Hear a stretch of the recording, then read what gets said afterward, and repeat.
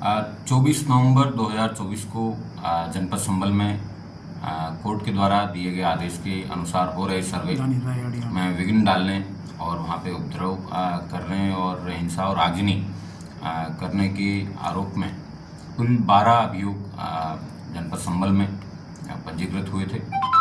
उनमें से 7 अभियोग पुलिस के द्वारा पंजीकृत कराए गए थे, 5 अभियोग वो आम जनता के द्वारा करवाए गए थे। उन सभी अभियोगों में कल चार्जशीट है वो दाखिल की जा चुकी है।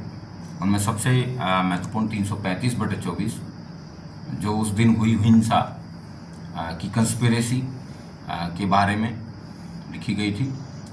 उस अभियोग में कल जियाउर रहमान बर्क जो कि यहाँ के सांसद हैं उनको चार्जशीट किया गया है और उनके साथ में एक अन्य नामजद अभियुक्त सोहेल इकबाल उनकी वहाँ पे घटनास्थल पर मौजूदगी घटनास्थल के पास में मौजूदगी पाई गई, लेकिन उनसे कई घंटों की पूछताछ करने और अन्य साक्ष्यों के संकलन के बाद में किसी प्रकार के साक्ष्य उनके खिलाफ नहीं पाए गए, इसलिए उनकी नामजदगी गलत पाई गई।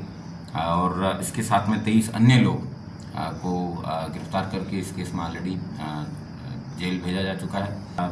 जफर अली नाम के व्यक्ति जो कि जामा मस्जिद के सदर भी हैं, उनकी और जो यहाँ के सांसद हैं उनकी देर रात्रि तक बातचीत, उससे पूर्व में 22 नवंबर को उनके द्वारा इकट्ठी की गई भीड़ और इस तरीके के तमाम साक्ष्यों के आधार पे पुलिस के द्वारा बखूबी अपराध पाए जाने पे उनको चार्जशीट किया गया है। इस मुकदमे को चंदौसी कोर्ट में चार्जशीट दाखिल की गई है। जल्द ही चार्ज फ्रेम होने के बाद में ट्रायल की स्टेज पर लाया जाएगा।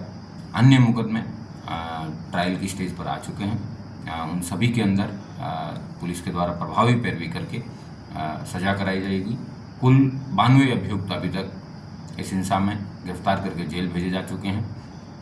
82 और 83 की भी कार्रवाई जो कि पूर्व की CRPC में की जाती थी, जो नए BNSS के जो सेक्शंस हैं उसके हिसाब से उन लोगों की कुर्की की कार्रवाई है वो जल्दी अमल में लाई जाएगी। सांसद जियाउर रहमान बर्क इसमें घटना में संलिप्त पाए गए हैं। पुलिस के द्वारा प्रभावी पैरवी करके इनको जल्द से जल्द सजा दिलाए जाने का कार्य है वो किया जाएगा।